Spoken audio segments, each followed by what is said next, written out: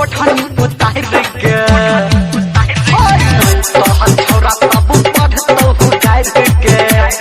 सुन धर्मेंद्रा तोहर ई बोली चल बच्चो हमारा रे दिल पर गोली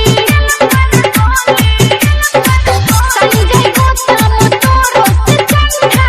देबो ने तोरा तले बैठी तू घंटा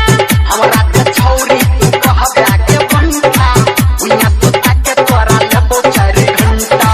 हमरा से मुंह तू लगे बाजे छौरी हमरा से मुंह तू लगे बाजे छौरी को देबो तोरा ढोरी में डंडा